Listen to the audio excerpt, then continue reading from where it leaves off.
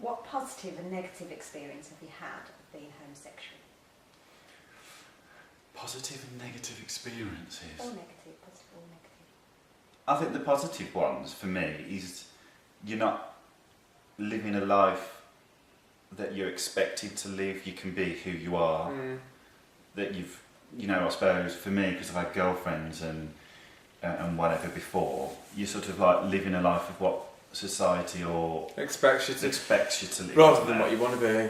Like, but now, like everyone, out and proud and been with this one for God knows how long. Too long. No, it's. I've been quite lucky, but it's been quite positive. I used to get the snide comments where like, oh, you puff or you whatever. But I mean, like generally, it's actually been like it's all sort of positive, and I think it just depends who you are as a person. I think often I think it's your personality and how you are, sexuality that comes across. Yeah, and that's what people. I mean, it's different. I mean, it may have been different because the industry I work in is like full of gay people anyway. So, do you know what I mean? So it's really easy for me to be who I want to be at work. I mean, yours is slightly different. Well, I work for a bank in an office, so but everyone knows I'm out and proud at work and whatever. So, and I've never had any issues at work. So, do you think nowadays that society is truly accepting of your homosexuality? Well, it just depends. I think for us, everyone's got their own individual stories. I mean, we've got friends that have not had such a. No, I think for us, society around us and is fine, and like Paul said, and the same for me. There's not been any bad experiences, but society in general, I think there's this perception that in 2011 and it's all accepting and everyone's perfectly fine with it. I don't think it's as cut and dry as that. No. I think there's areas, and I think there's still a lot of people out there that are still quite blinkered and narrow-minded. And whether that's to do with because they don't know anybody that's gay, so therefore they've not had that experience. And they have a preconception. They've got a preconception of what a gay person would be like, when in most cases that isn't what it's like at all. But I think some people feel I think it's the unknown, isn't it? They think, gay people just go around to shag all these, just want to shag all the time. Do you know what I mean? You probably cut this out. But it's not promiscuous. But then straight people can be promiscuous as well. Do you know what I mean? And it's the thing that you think. A lot of, I think mainly straight men sort of can be quite, could be quite sort of.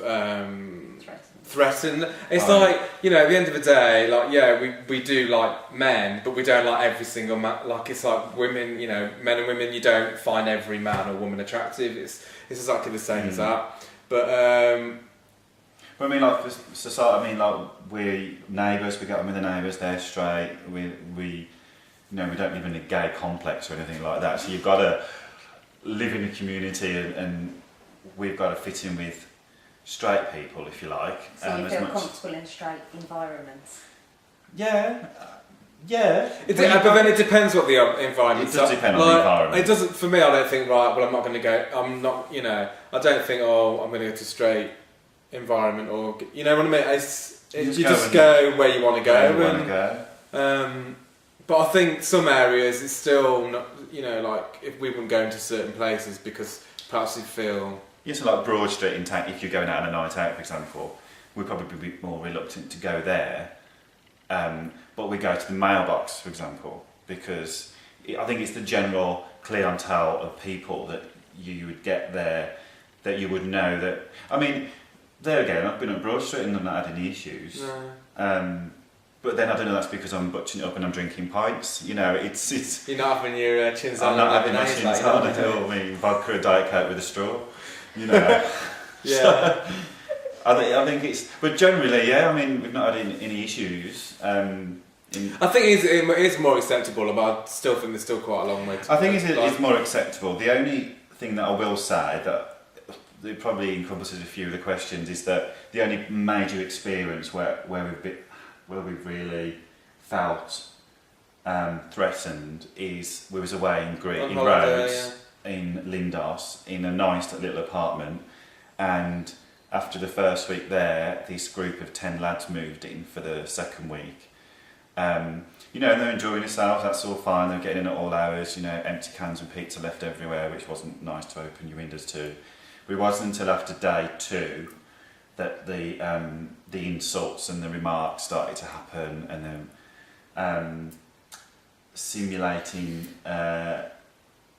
it sounds quite funny now, sex. But yeah, but when there's like a big group of blokes, there's like 10 lads outside, and they're quite obviously having a laugh and a joke and at your expense.